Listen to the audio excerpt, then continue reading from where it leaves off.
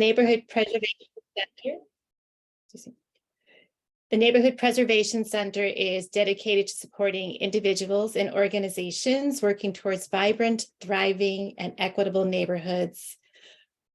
We were once located physically ourselves at a beautiful spot in the Lower East Village, and now we're a virtual presence, and we're hoping to find a physical presence soon, and that's why we're so excited in part to share tonight's program. My name is Danielle Silich, and I'm a board member with NPC. So before I introduce our panelists, who we're just so thrilled to have with us this evening, just some quick housekeeping. This webinar is being recorded. We'll post a link to it on our website and YouTube channel after it wraps up. And we welcome your questions and reflections. If you think of any, please, we ask that you put them in our chat for our panelists. And then at the end of our presentation, we will get to as many of them, and we hope all of them as we can. We know that we do want this to be an interactive process. So feel free to have your camera on or off, but please keep yourself muted so that we can all hear the exchange between our wonderful panelists. So if you do happen to have a problem during the particular program, Neighborhood Preservation Center is our gracious host, Debbie Holloway, behind the scenes there. You can chat with her in the chat box and she'll see if she can help get you back up on. So I think that was it for the housekeeping. I know we have a couple of other board members joining us tonight as well behind the scenes, and I'm just so thrilled on behalf of all of them to welcome you and our esteemed panelists to tonight's program. And so today we are so delighted to have Sophia Harrison help us as moderator. Sophia is Executive Director of Arts House Schools, which is an institution in Coney Island that provides year-round formal instruction in music, dance, and fine arts to children and senior citizens. Sophia was born in Jamaica, West Indies, and at the age of 7, she migrated to Brooklyn, New York with her family. From a very young age, she's had a love of dance, which eventually spurred her to found Art House Schools. She strongly believes that every child should have the opportunity to study and experience the arts, and I think that's certainly something that we all feel so strongly about, and it was wonderful to hear her chat about the kids practicing in the scenes there behind her. So that's wonderful. And she's helping host a particularly interesting conversation with a fabulous organization in Brooklyn that has found a home.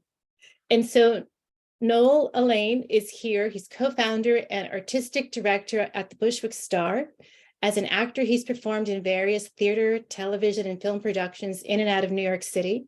In addition to programming many artists and companies over years at the Starr, he's helped create the Starr's workshop, Creating Performance at El Puente, Bushwick, and after-school programs.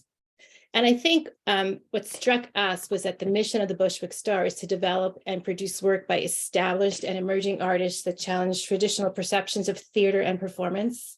So kind of bringing us to new interchange of these activities, but also a meaningful bond with community and with local schools. And for the Neighborhood Preservation Center, that's one of the key elements that we look to in some of our conversations. And then joining Noel is Lauren Miller as part of the advancement team for Bushwick Starr.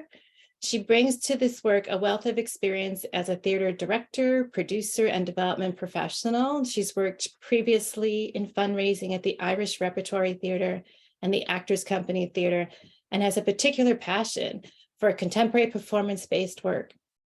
So welcome to all of you. We're looking forward to an exciting conversation and to hear your wonderful story. And Sophia, I will pass it off to you. Hello, everyone. I am Sophia Harrison, the Executive Director of Arts House Schools of Music, Dance, and Fine Arts. We are located in Coney Island, Brooklyn, where I am now in the office. I will give a visual accessibility check. I am a brown-skinned woman with a long hair, a dark hair pulled to the side on my right. My background is blurred. I have on a green shirt and sweatshirt, and it has pink writing across the top that says, "We are the future."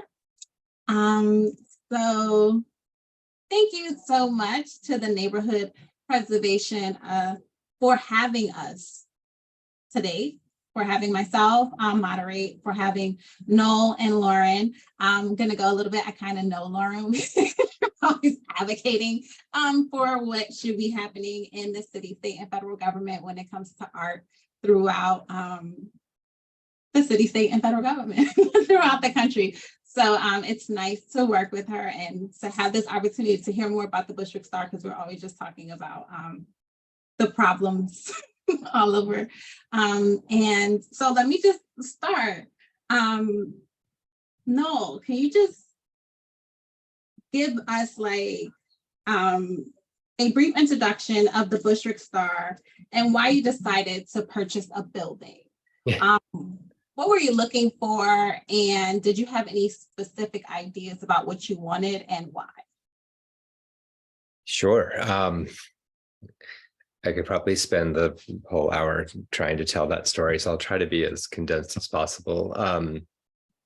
But the Bushwick Starr, as we've said, is a nonprofit performance space that develops new work in dance, theater, music, interdisciplinary work. We have a pretty wide range of different performing artists that we work with. And as was noted before, we also, the kind of other half of our mission is to be a neighborhood arts center in the area where we are in Bushwick and Ridgewood, very much on the border of the two neighborhoods, and even more so now in our new location. And provide many educational as well as artistic opportunities at our theater. And the reason that we moved, I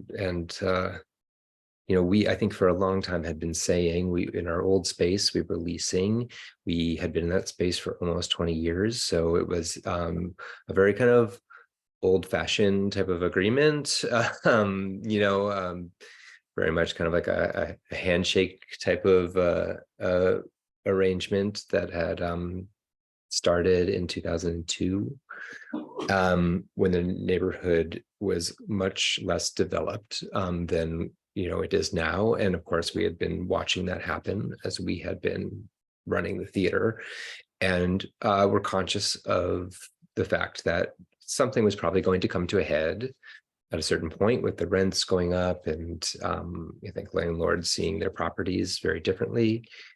And so we had started to have a conversation about what we were going to do, how we were going to find a sustainable solution for the theater. We knew we had a very good deal where we were. We were very lucky to have gotten that space when we did, and had landlords that were not quick to hike the rents way up. They did increase over the years, but not in a kind of the dramatic way you saw in many buildings. So that was very lucky. But the building had undergone renovations under the loft law starting in 2008, and over a decade they worked on the building, getting it up to code for the loft laws. And over that period of time, we've been having these conversations with our landlords about what was going to happen, what kind of lease we were going to get. Obviously, we needed a commercial lease for the theater, not a residential lease. And to make a very long story short, in the summer of 2020, mind you, during lockdown, we got a piece of mail that alerted us that all the units in our building were going to become residential, including ours, obviously, which wasn't good news. And we kind of pleaded with our landlords a little bit, but there was no reversing that course. And so that's when we started looking for a new space, and we were figuring we were going to have to lease. That was what we could afford. And we were seeing, we worked with some wonderful people. I have to shout out Randy Barry, who's here listening today, of Indie Space, who really was an early counselor, and then really worked with us through the whole process to help help us kind of navigate the ups and downs. She had the suggestion of contacting someone who we actually already knew, but I hadn't thought of in my kind of panic in the moment. Matt Hopkins, who is a real estate broker, but works with nonprofits. And so understands the needs and kind of special circumstances of nonprofits. And we worked with Matt in his company at the time. And we saw probably, I think, 30 different spaces. And, this was during a period of time where there was a lot of conversation around property value. Maybe you could get a great deal on a lease, these kinds of things, which we felt excited about at first. And then we learned quickly that for the kind of property we were looking for, which was, larger, more like, manufacturing buildings that had the kind of height and space that we needed. And for a longer term lease, which we were certainly looking for because we wanted the kind of like long-term security the space would require, the organization would require. These kinds of landlords were not in a hurry to make a under market long-term arrangement. And we were really starting to understand how good a deal we had for the last 15 years.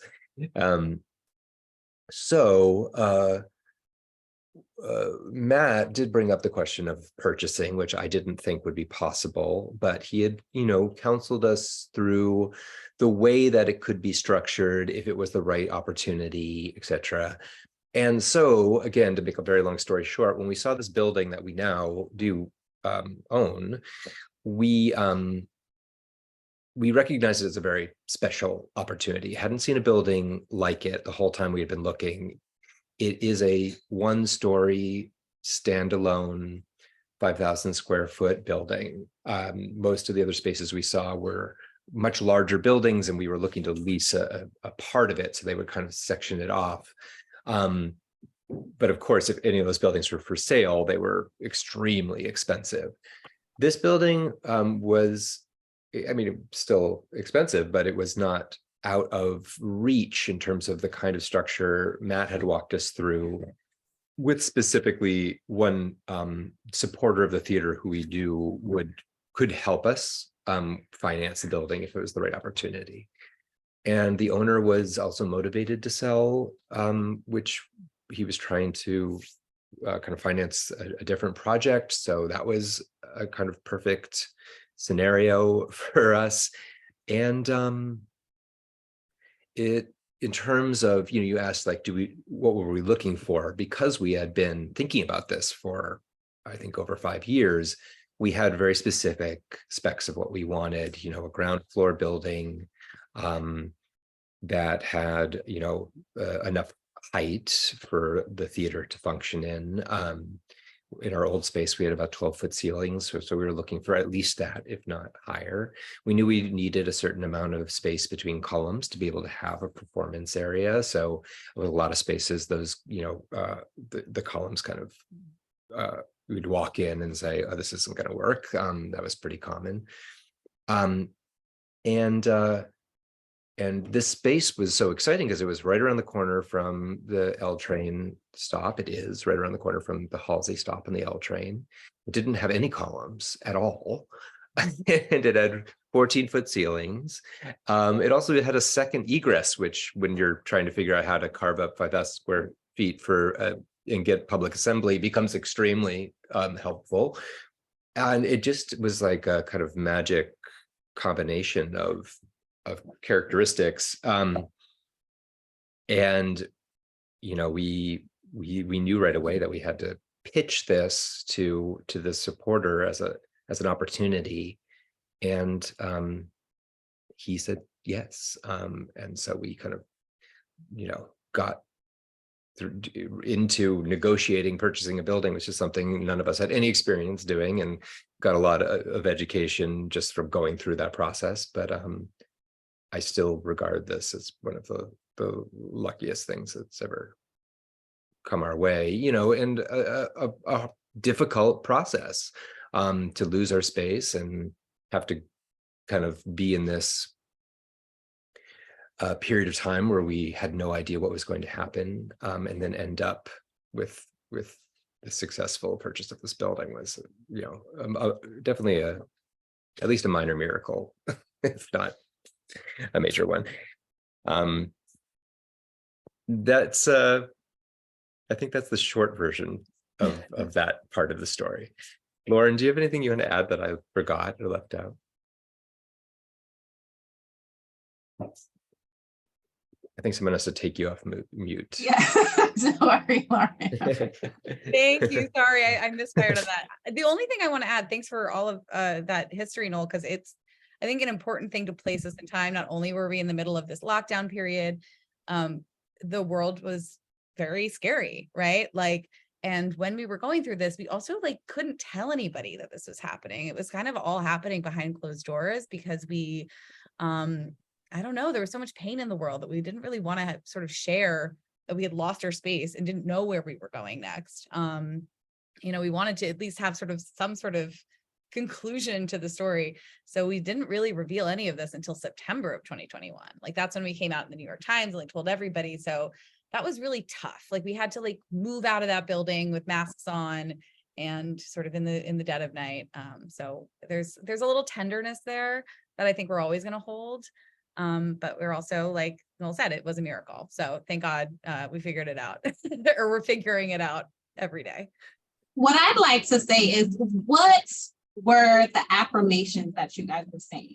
Because I need those affirmations. If you could email them to me, put them in the chat, that would be great, because your story is phenomenal, right? Like I'm listening to you and I'm hearing the things that you're saying about thinking about your future and landlords only wanting to do short-term leases. Like I have been in my space now since 2009, and our lease was up and our landlord has only given us a 2-year lease. And so, and it's at according to him, at a lower rate than he gave everyone else, but it's also $6,750. And when we moved into the space, it was $2,500. Right. And I can tell you from being here every day that the square footage has not increased. Yeah. I've been here, so it's not like I'm getting more for my money. I'm actually paying way more for what I'm getting. And so like all those things that you guys are talking about is true. Like Lauren, when we were at the end of our lease, we didn't want to tell our parents like, hey, we don't know where we're going to be in September, right? Like we were, and also Noel, you're saying like you were looking at buildings. We have 16-foot ceilings. We look into buildings and they have 8-foot ceilings. It's like if one of my students does a leap, they're going to hit their head. So, right, like it's very real when you are in a space that you have come to grow your organization in, and when you're trying to find something new, like it can't go less than this, because then we're shortchanging our organization. So all of that is very pertinent. So thank you for like, I need your affirmations. And I'll try to remember what they were. I think it was just like the affirmation was like the thing that we were getting at least echoed back to the people that we were talking to about this, like the limited sort of small circle of people we were confiding in who are just like, you have to survive. Like you are Bushwick's only nonprofit theater. Like you must exist. And so that helped us be like, yes, we must exist. Like we have the confidence to sort of ask for our survival. We have to survive. Yeah. I got it. Yeah. Okay. So where I am currently, I've been asked about where do I see the future of Arts House Schools? And for me, that answer is perpetuity, right? And perpetuity means forever without stopping. And I don't think that I want to live forever. I don't think that that's my thing, but I do want the service that Arts House Schools provides in our culturally underserved neighborhood to exist far beyond what I can give in my life. And so what will ensure the perpetuity for your organization and how that balances with their place in the community. How did you see all your mission and sense of place in your community that led to finding the new and permanent Bushwick Starr?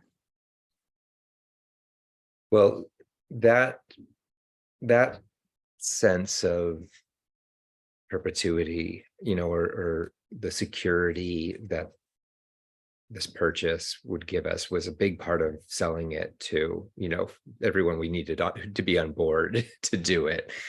Because I think that is, something we've talked about a lot over the years is the Starr, we're trying to build an organization that when we are, gone, retired, that the organization is not going to go with us.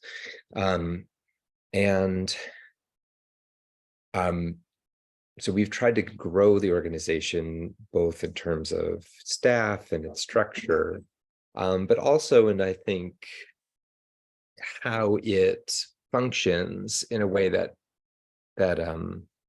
isn't, it's not a vanity project. It's not it's not something just for us. It's asking the question, like, how is this organization serving the people that it serves, and who does it serve, and how does it serve? And I think when you're talking about Bushwick, that's a really specific question. I think for me, it was very easy to talk about what we wanted to do in terms of like developing new work with artists throughout the city, because that was kind of my bread and butter. But I didn't have any experience running an arts organization that served locally, and also didn't have any experience working with the school system, working with other nonprofits in this kind of way. And so I think, you have to start by saying, I think specifically for us, like, let's talk about what we are and where we are, right? You have to acknowledge, in this case, our whiteness in a community of color, and that we're running an arts organization that is founded by white people, but is talking about serving a community that is predominantly people of color in Bushwick, especially the people who have been living there and raising families there for the last 6 or 7 decades. And when you put yourself in that position and start thinking about what that means, I think it automatically puts you also in a position to look to the people who are also doing similar kinds of work in your neighborhood and ask them, how can this organization be of service? So I think that's a really important part of starting to create something that has a long-term value, is that you don't kind of make a decision, say, we're doing this, and then tell people, oh, we're doing this. You look to your neighbors, you look to your fellow organizations and your partners and say, what do you think would be the most helpful thing for us to bring, of like, that falls into our skill set, the kind of work that we do. Well, what's missing? How can we be helpful? What do you need? And start building from there. So that's, I'd say, a very important part of how we've started to build our programs in Bushwick and Ridgewood, by asking those questions at our community board, with our neighbors, with our fellow local artists, and with organizations like El Puente, or drama groups like My Voice Theater, or places that have been doing this work for quite some time. That's kind of I think a really important way to start. And then you have to build that relationship over time, and you have to keep doing the work. I think consistency and reliability is important. You have to build trust, and you have to keep listening. It's not like a one-time thing. You have to keep listening, evolving. Each year you go back and you say, what's working, what's not? Let's talk about what those things are. How do we change? How do we adjust? What are the needs that we're not meeting? What are the things that we just need to change because there are multiple obstacles towards these functioning? Maybe it's financial, maybe it's in terms of, needs are shifting, the desires of our, the young people that we're working with are shifting over time. you need to be flexible and keep engaging. Yeah, Lauren, I'm gonna hand it to you to continue, because I feel like, Well, I actually have a question for Lauren. Yeah. great. So like, for your perspective of the Bushwick Starr, right? Like, I understand that in the beginning, you guys weren't looking for a building to purchase. You were looking for a new location, right? Like, you just wanted to be still serving the community. How did you feel when it was like, okay, let's buy a building? Were you like, this will be great, we need a new home? Or it's like, let's just keep looking for something else? Like, and what has the funding and financing journey looks like? Because, you know, you lease a space, probably need 2 months rent up front, and then, you know, but buying a building, purchasing anything, is a whole nother journey. So what was that kind of journey like? Yeah, it was really scary. It was definitely a period of like imposter syndrome and sort of like, how is this possible? And again, I always have to bring it back to like the moment we were in, right? Like all of us running arts organizations were terrified about the future. And so we were like doubly terrified. Yeah, it was really, really frightening. And when we had to like look at the problem, you know, even if we were to lease a space, it probably would have cost, I don't know, $750,000 or $1 million just to like outfit it. Even if it was like in beautiful, perfect condition, like to turn it into a theater still like costs a lot of money. And we certainly were not going to find anybody, like who is going to like give us that money if in 2 years, like we could be like yanked out of our lease. It was just like that instability ended up being scarier than the real problem that came with buying the building, which was like, you need a lot of money up front. When we first talked about it, I was like, yeah, what's a down payment? Like 10, 20%. And they were like, no, it's commercial. You need to have like serious cash up front. That was scary. And then also just looking at all of the things that come with the building, you know, like we don't have a landlord, like we have to get our plumbing together on our own, right? Like our electrics, like all of that stuff. So the number got like very high very quickly. And at the same time, you know, like I'm a nearly one-woman development operation at the Star, although great founders and a great associate who's with me part-time. You know, it felt like really massive to also be like, how do I get the money to keep our staff paid? Like we didn't furlough anybody on our staff throughout the pandemic, but like that was huge. Like we needed to keep them employed, keep our programs running, all of that stuff.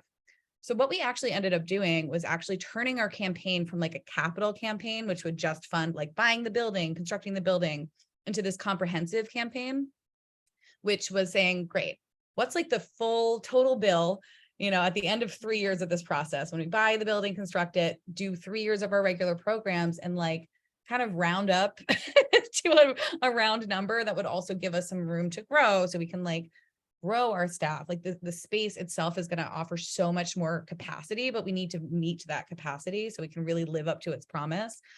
So when we ran those numbers, that number was $10 million, which was the scariest number I'd ever heard in my life.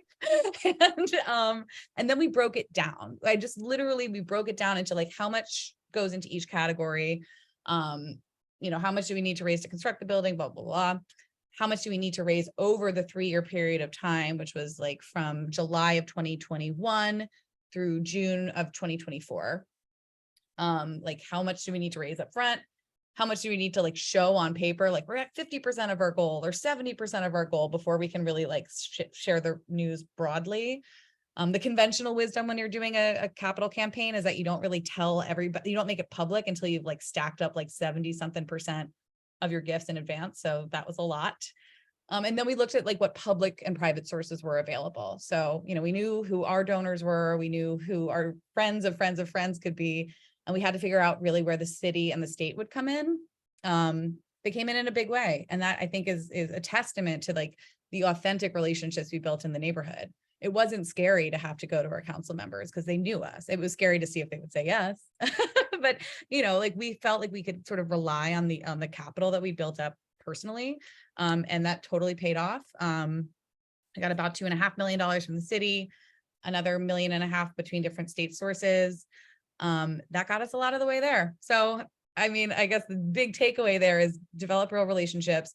And then also like give people a vision. I think what we did was give people a vision of not just like the bricks and mortar of the space, but how like the human interaction with the space would happen. Like we were like, if you commit to X amount of dollars over the next 3 years, you're going to see us like produce all of these plays and like do all of this work with our young people. It's going to like, you're going to get to enjoy coming into this new space and experiencing the lobby. Like we could really enliven people's imaginations. I think that was also just like philosophically important to us at that moment. Because again, like we were also worried about our artists, right? Like, you know, we were doing things like the Cultural Solidarity Fund and mutual aid and seeing like people were struggling to get groceries and pay bills. If all we were talking about was this big real estate deal, that's not what we're about. Like we need the real estate so that we can actually like engage artists and like hopefully make their dreams come true and share in those dreams all together. So yeah. Once we got to a place where we're like, oh, we can actually talk about the art. We don't have to talk about stuff that we don't really know about, like real estate and acquisition. We can use that as a data point into what kind of world do you want to build for the arts in North Brooklyn, and like how can the Star be a part of it? But it's still tiring. We're like almost there. We're like almost $9.5 million, but whew, it's a marathon, not a sprint. We got to get to that last $500,000. We have a little more time. We'll get there. And I will say, when we first started this whole thing, you know, a lot of the people we were talking to, consultants and whatnot, would say, you know, like, well, first you want to do a feasibility study, and then you want, you know, and we didn't have the luxury of that because we didn't have time. You know, it was we were just trying to figure out how we would survive. And so, as we have said often during this process, we've been, you know, building the plane while flying it. And it's not an ideal situation, but it's been the way we've had to do it. Yeah. I would recommend a feasibility study and not doing it in the middle of the pandemic if you cannot all avoid it. But, you know, testament to like, if the story is strong enough, if the need is strong enough, and if you're like, if you all like share a vision and can share it with other people in a way that like gets us all on the same team, like you can kind of make fairly impossible things feasible, even without a study. Yes, because the feasibility study sounds not feasible. Like, well, what does that even mean? As someone who is looking to secure a home for the organization that she founded, that she is the executive director of. And it's like, okay, you go and you ask someone and they're like, well, first you need to like know what you want. I want a space that I can pay the same amount of mortgage, or a free space is even better. Or I give $1 if you want, if you really want, but I just, you know, the consistency. And we talk about sharing space with not only the community, but with those that we employ. And as we work, as we have our organizations, the more rent we're paying is the less we can actually give, especially when we are sitting and we're doing those grants and we're getting funding. And it's like, okay, well, this $60,000 is going to pay, you know, 10 months of rent. It's like, no, I want to be able to pay my staff more because their rent is also increasing. Yeah. So like, buying is challenging, but so is renting. And I started my organization in 2005. And since that time, of course, I've been renting. And I've had 2 different landlords, but 3 locations. I started, my first location was in 2005, and it was like $4,500 a month. And this was like me coming off of like personal loans, trying to serve the community. I was like, I can't afford that. And it's my current landlord. So like, he's very understanding. And he's like, you know, okay, well, you can't afford it, you go someplace else. So then I found another spot that was like $2,000, but it was so tiny. It was like literally a storefront. And that's not the kind of space that our, you know, organizations need. We need massive space. So then that one I had to get out of, and then I came here to where we are now on Surf Avenue. And I listen to my landlord speak, and yes, we're a non-for-profit, so there are certain things that he can't put in our lease or that I won't allow, right? Yeah. Like I tell him right off the bat, if it's not inside the building, it's not my responsibility If it's not the front, if it's not from the front door to the back door, I'm not responsible for it. If it's the ceiling, I'm responsible for it. It's the roof, it's your responsibility. I tell them all the time, if I wanted the responsibility of the entire building, I would own it. I only am responsible for inside the building. If something's wrong with the plumbing, if my snake can't fix it, that means that is a landlord issue, right? Like you have this building connected to my space connected with others. So I know that for other organizations, everyone doesn't have a smart mouth like me, basically. So there are people and organizations and companies even that are being told that they have to pay, taxes, the taxes for the space, that they have to pay exorbitant amounts in insurance, right? And so it's difficult renting. Yes, it is hard owning, because if something happens on the roof, it is definitely my responsibility. Whether the issue can be fixed with a snake or an 80-foot snake, I have to take care of that plumbing. But there's still the reassuring that next year, this is still our home. Yeah. Right? When we invest that money in fixing that issue, hopefully it won't be an issue again for another 25 years. So instead of, well, in 5 years, I could not have a home. Yeah. So it is hard, but I'm going to be saying my affirmations. We need to survive. Good. Okay, so I want to go into some of the lessons that you guys have learned during this process, and you can share it with us. Did you feel as though you were prepared for your purchase looking back? What are lessons learned? And what would you counsel other folks to do if they were thinking about purchasing a building, especially one that's like a handyman special? I remember. Like, what is your advice? What counsels can you give us? I'd say one thing, just in terms of the actual purchase, like closing on purchasing a building is a very complicated process. We worked with a firm that we were connected to through a board member that was not, they were giving us kind of I think a good rate, but it wasn't pro bono, and it added up to a lot. And we weren't prepared for that. So I would say, if you could find a pro bono lawyer who will work with you, or you feel like, you have some conversations to have to like figure out who that might be and start searching, do it like immediately. Just start that process, because I think we really wish we have some people we're working with now helping us with some of our large loans that we're taking out to bridge this whole process, and that work is invaluable. So I'd say that's a really, especially if you're a nonprofit, having that kind of service, someone who can really give you the attention you need. I mean, that's an important part of finding that right person, is huge. I wish someone had also told me, look, when on the closing days, you should just cancel everything, because you're just going to be like signing and faxing and notarizing documents and running back and forth in the post office. And I didn't realize that no one mentioned that, and so I was just canceling meetings for 2 days because I realized, oh, this is my life until this is over. So, but yes, the process is very complicated, so to be prepared for that level of complication.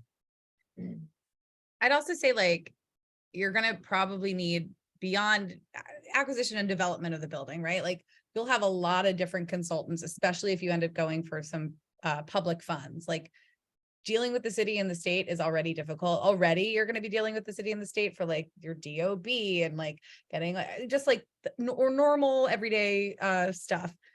Dealing with the city and the state to fund your process, it's like, it feels like it's just free money. It is and it isn't. There's a lot that gets involved. And there's a lot of things that you have to do that the city won't pay for, right? Like, there's a lot of soft costs that the city is just like not eligible. You have to go find other money to pay for these things.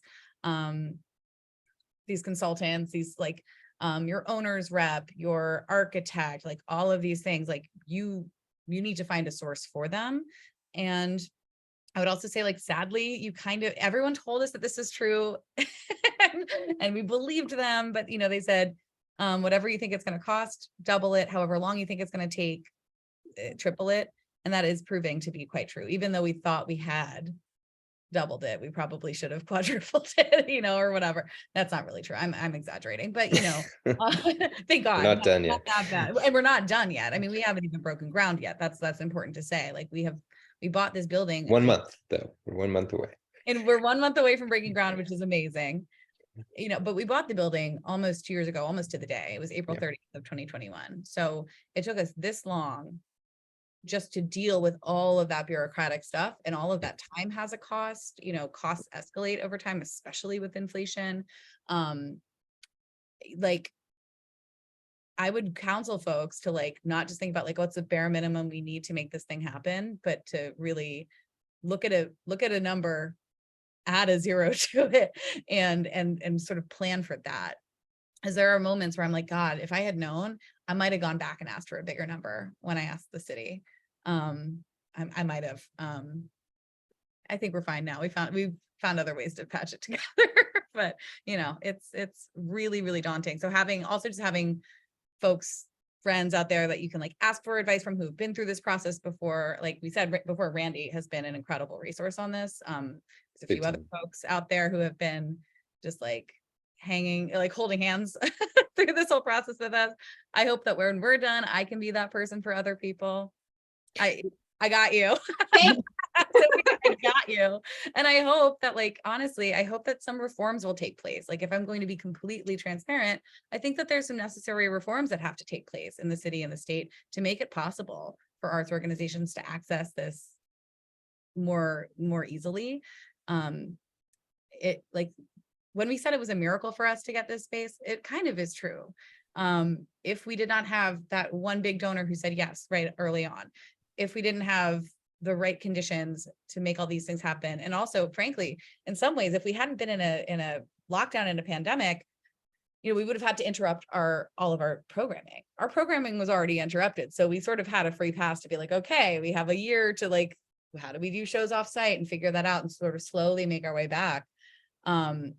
It should be much easier for folks to be able to quickly mobilize so that you're not shut down for 3 years when you're building your new home. It's maybe 6 months and then you're back and your kids are getting to get up there and dance again. Like the longer we're out of service, those are critical years of your students' lives, right? Like, you don't want to see someone go from, 12 to 15 and not have, right? So anyway, not to be doom and gloom. There are ways around it. It is really difficult, and I think it should be easier, but until it is, like, that's why we need to have these kind of relationships with one another and like really advocate for one another so that we can all get what we need.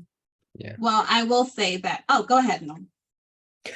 No, I just wanted to emphasize what Lauren was saying about the relationships, because I think that is, I was being very specific about the lawyer, but I feel like in general, like taking stock of like who are the people that we could talk to now to start building relationships in all these different areas, because as we've said a couple of times, like Randy was really instrumental in helping get us started. So many like brokers we were talking to who weren't used to working with nonprofits are telling you the things that you're, I think we've all heard, where it's like, well, that's the market, and like they don't care, about like your specific needs. And then you find someone who understands, and all of a sudden it's a completely different conversation. It's a completely different experience. In terms of lending, like finding the groups out there, we were with Sea Change Capital on the purchase, and they are a nonprofit lender, and they are very different than working with a commercial bank. I don't think it would have been possible if Randy hadn't introduced us to them. So you see a through line here in terms of someone who was very helpful to us, but there are lots of people who gave us great advice. And I'd say start making that list and talking to people and start envisioning for the future, even if you're like, we're not going to be ready to do this for a few years. That's probably true. But you should start working on it now, start collecting that information. Thank you.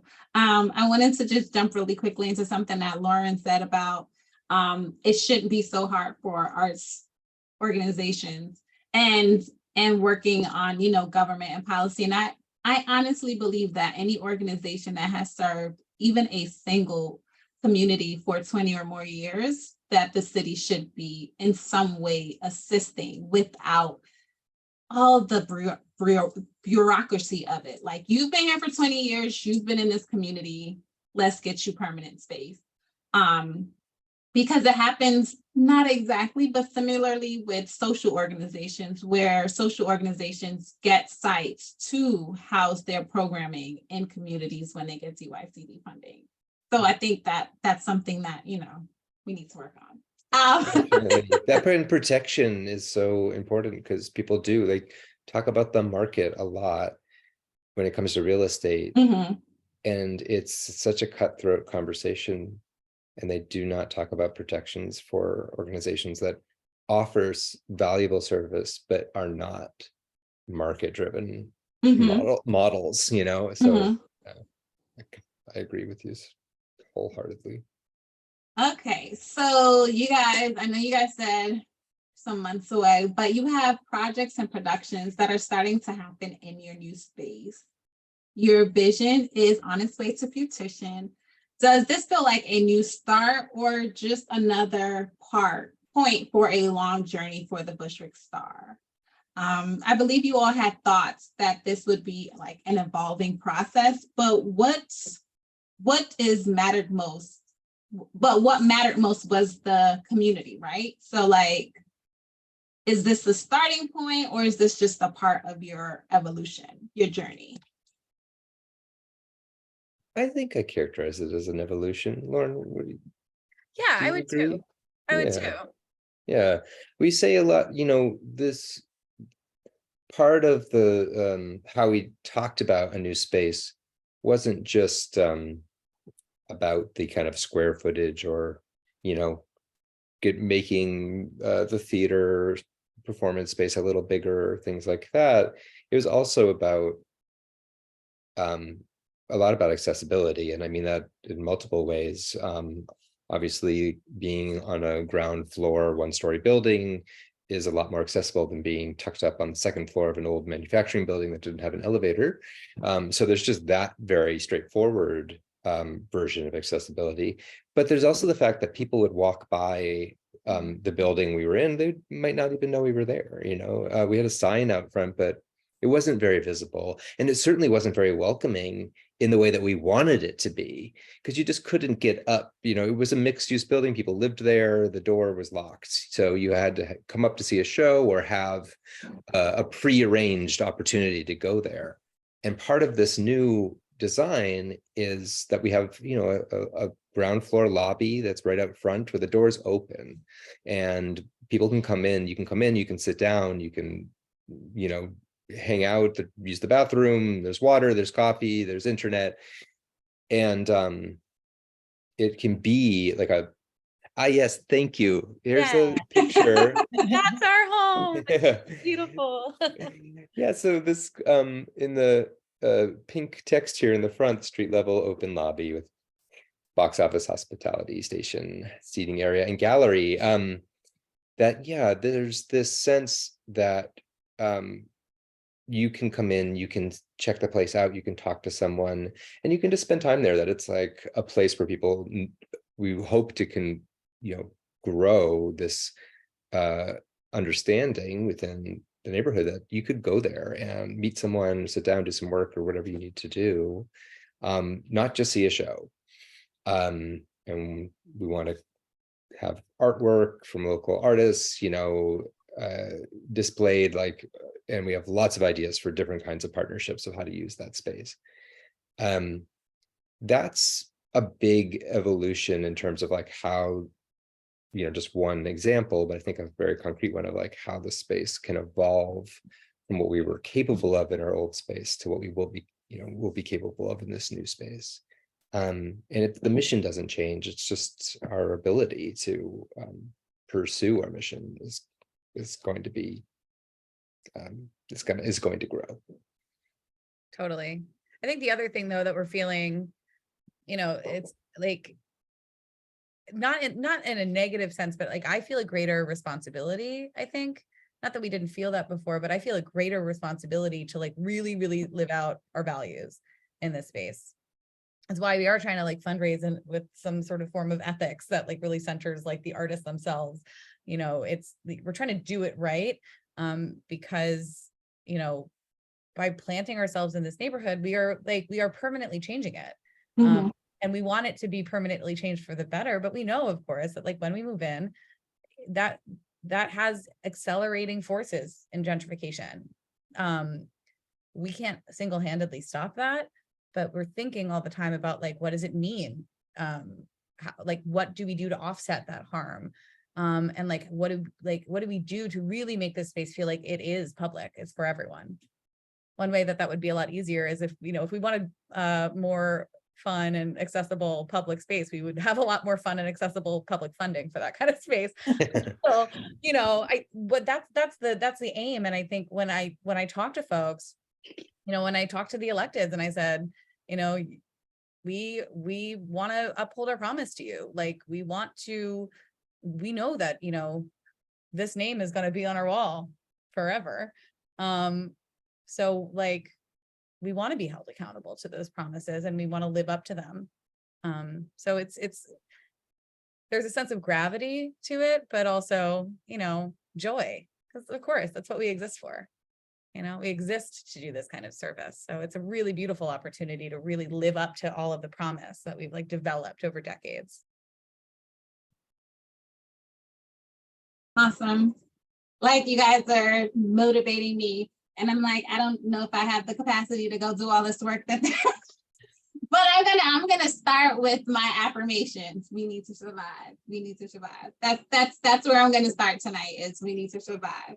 So I just wanted to ask if we were gonna go into any questioning from the chat at this time. I don't say anything in particular pop up right away, but so I did want to ask again, and just thank you, Sophia, again for helping to put that out there. I love the fact that there's an affirmation, and I think we all sort of take that to heart and with us as we leave. We're not just sort of inspired by this story, but just the affirmation of why we are here. It's not just to survive, but to actually do the programming that we're doing. But also just, did you think you would be in a different neighborhood? Or did you, was that really part of was it intent? So I also value the fact that if we've been here so long, we've sort of earned the right to continue being here. But did it ever sort of cross your mind that the affirmation meant you had to be somewhere else? We've set a pretty concrete commitment to staying in our neighborhood. Now, like I said, we're in Bushwick, but we're right on the border of Ridgewood. Ridgewood Bushwick is often a phrase that people throw around. Like there's a bit of porousness. So of course, we call ourselves the Bushwick Starr. So we kind of had we were in Bushwick on Star Street. We pigeonholed ourselves a little bit with a move, but happily we just barely maintained our presence in Bushwick. We're literally across the street from Queens, but still in Bushwick. And I want to say, I know that you're thinking, but don't feel bad about Star, because if you're not from Bushwick, then I just thought you meant like the Bushwick Star, like you're a star in the sky and a superstar. So don't feel bad about the star part, because unless you're from Bushwick, you don't know Star Street. So that's right. Yeah. So people let it slide. They just don't know what the extra R is. I think we're just being kind of like, fancy with the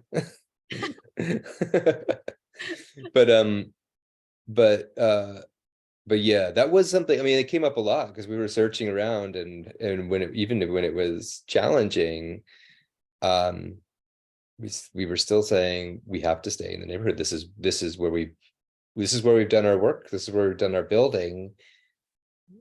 I don't want to be the Bushwick Starr in Flatbush. Yeah.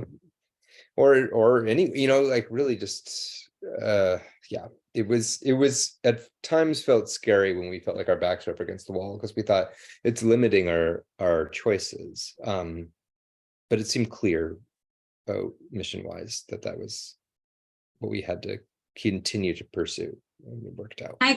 I understand that fear. Coney Island is not a big neighborhood by square foot, and we have very limited space. And so whenever I start looking for space, it's always outside of Coney Island. And it's like, but this is where the service needs to be. So Yeah. So then if It's a I big could deal. just land on sort of one last question and circle back around to what you passionately alluded to. And again, we sort of briefly talked about, if you've been here for 20 years, then we should invest in you. That is collectively, the city should help really look at its population of nonprofits serving the communities across its various boroughs, and sort of keeping that and ensuring that they're here in perpetuity. So maybe we could just briefly jump quickly, sort of the last words on just, you know, sort of those relationships you talked about, but that's sort of a one-on-one. And then how do we sort of do that with a broader look towards championing all neighborhoods? Just any thoughts on that? Great question.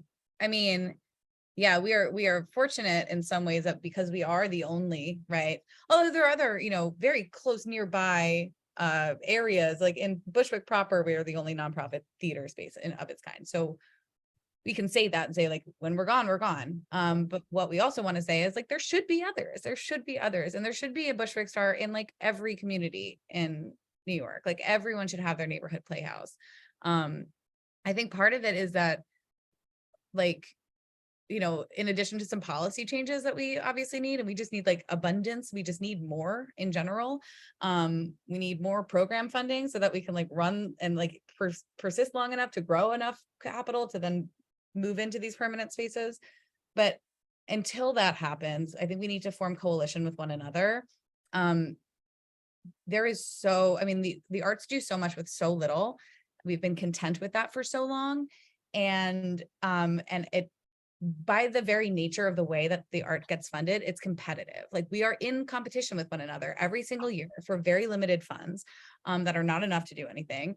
And it makes people sort of, it breeds resentment and fear and scarcity. And I see it happening. Even during the pandemic, a lot of us like started to really bond together. I mean, that's Sophia, that's how I met you, right? Like we didn't know each other before we started getting on the same Zooms, speaking up about the same things. And I fear that some of that solidarity is starting to go away now that we're going back into the world again.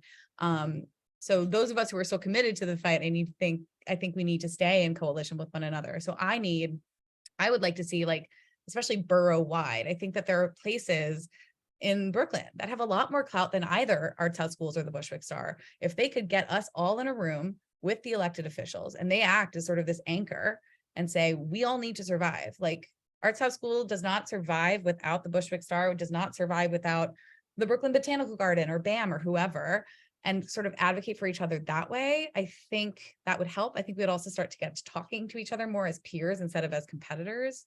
Those forces I think are really destructive, but they're very persistent. So we have to like fight against every inclination, every, you know, we're so motivated to act out of solidarity with one another, but I think we're going to be better served in the long term if we show up for one another. And then like, yeah, when it comes time for Sophia, for you to get your space, like we can like write that letter on your behalf and be like, we believe in you, or, you know, whatever it takes. That's, and maybe it's a little hippy dippy.